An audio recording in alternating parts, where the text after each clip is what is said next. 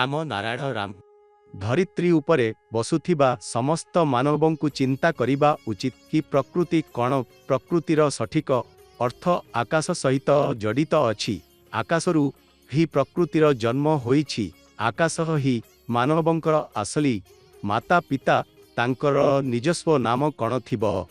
ଧରିତ୍ରୀ ଉପରେ ବସୁଥିବା କେହି ଜାଣିପାରିବେ ନାହିଁ। ତାଙ୍କ ନିଜସ୍ୱ ନାମ ହେଉଛି ରାମ ନାରାୟଣ ରାମ। ଏହି ରାମ ନାରାୟଣ ରାମ ଲୋକମାନଙ୍କ ସହିତ କଥାବାର୍ତ୍ତା କରନ୍ତି। ସେମାନେ ଶୁଣନ୍ତି, ଦେଖନ୍ତି, ବୁଝନ୍ତି ଏବଂ ଲୋକମାନଙ୍କର ଡାକରେ ଦୌଡ଼ି ଆସି ସାହାଯ୍ୟ କରନ୍ତି। ମୁଁ ଯେତେବେଳେ ରାମ ନାରାୟଣ ରାମଙ୍କ ଜପ କରେ, ସେମାନେ ମୋ ସହ କଥା ହୋଇଥାନ୍ତି। କାରଣ ସେମାନେ ମୋ ଭିତରେ ଜ୍ଞାନ ରୂପେ ବସି ଅଛନ୍ତି, କିନ୍ତୁ ଲୋକମାନେ ତାଙ୍କୁ ଡାକି ନାହାନ୍ତି। ସମସ୍ତେ ଅଲ୍ଲାହ ଭଗବାନ ନାମରେ ହିଁ ଡାକନ୍ତି। ହିନ୍ଦୁମାନେ ତାଙ୍କ ଆସଲି ଭଗବାନଙ୍କ ନାମ ଜାଣନ୍ତି ନାହିଁ। ଯେତେବେଳେ ଆପଣ ସେମାନଙ୍କୁ ପଚାରିବେ ତାଙ୍କ ଆସଲି ଭଗବାନ କିଏ, ସେମାନେ କେବଳ ଭଗବାନ କହିବେ। ତେବେ ତାଙ୍କୁ ପଚାରିବା ଉଚିତ ଯେ ଭଗବାନଙ୍କ ମଧ୍ୟରେ ଭଗବାନ କିଏ? ଏହି ପଚାରିଲେ ସେମାନେ କିଛି କହିପାରିବେ ନାହିଁ। ମୋ ଭିତରେ ବିବେକ ଜାଗୃତ ଅଛି। ମୁଁ ସବୁ କିଛି ଜାଣେ ଯେ ଲୋକଙ୍କ ମନ ଜାଗୃତ, ବିବେକ ଜାଗୃତ, ଚେତନା ଜାଗୃତ। ସେମାନେ କାହିଁକି ମୂର୍ଖ ହେବେ?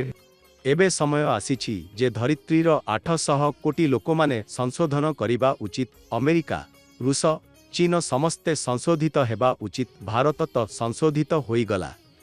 କାରଣ ଏଠି କଂଗ୍ରେସ ସରକାର ନାହିଁ। ପ୍ରତ୍ୟେକ ଲୋକଙ୍କ ଭିତରେ ବିବେକ ଅଛି। ସେମାନେ ଜ୍ଞାନୀ। ସମସ୍ତେ ଚିନ୍ତା କରିବା ଉଚିତ ଯେ କେଉଁ ସରକାର ଭାରତରେ ଭଲ କାମ କରିଛି। ଯଦି କେହି କୌଣସି ଭଗବାନଙ୍କୁ କିଛି ଅର୍ପଣ କରିବାକୁ ଚାହେଁ, ତାହେଲେ ସେ ନିଜର ଭଲ କର୍ମ ଏବଂ ଭଲ ଚିନ୍ତାଧାରା ଅର୍ପଣ କରିବା ଉଚିତ। ନ ଯେ ଭଗବାନଙ୍କ ଦ୍ୱାରା ନିର୍ମିତ ଫୁଲ ତୋଡ଼ି ସେମାନଙ୍କ ପାଖରେ ଅର୍ପଣ କରିବେ। ଭଗବାନଙ୍କୁ ଏପରି ଭାବରେ ଖୁସି କରିପାରିବେ ନାହିଁ। ତେଣୁ ମାନବମାନେ ପ୍ରକୃତି ନିର୍ମିତ ଫୁଲ ତୋଡ଼ିବା ଉଚିତ ନୁହେଁ। ଯଦି ଆପଣ ଏହାକୁ ତୋଡ଼ନ୍ତି, ତେବେ ଏହା ଶୁଖିଯିବ। କିନ୍ତୁ ଏହା ଗଛରେ ଲାଗି ରହିଲେ ମଧୁମାଛି ଏହାରୁ ମଧୁ ବନାଇ ପାରିବ। ଏହି ମଧୁ ମଧ୍ୟ ମାନବମାନେ ଖାଆନ୍ତି। ମାନବମାନେ ଜୀବନ୍ତ ଥିବା ସମୟରେ ମାତା ପିତାଙ୍କୁ ସେବା କରନ୍ତି ନାହିଁ। ଅଥଚ ସେମାନେ ମରିଯିବା ପରେ ଚିନ୍ତା କରନ୍ତି ଯେ ଚନ୍ଦନ କାଠରେ ସ୍ମୃତି ଅର୍ପଣ କରିବା ଉଚିତ। ମାନବମାନେ ମାନବ ନିର୍ମିତ ବସ୍ତୁଗୁଡ଼ିକ ପଛରେ ଦୌଡ଼ିବାର ବଦଳରେ ନିଜର ମାତା ପିତାଙ୍କ ଯତ୍ନ ନେବା ଉଚିତ, ଯେମାନେ ଆମକୁ ଜନ୍ମ ଦେଇଛନ୍ତି। ସେମାନଙ୍କୁ ସର୍ବପ୍ରଥମେ ସମ୍ମାନ କରିବା ଉଚିତ।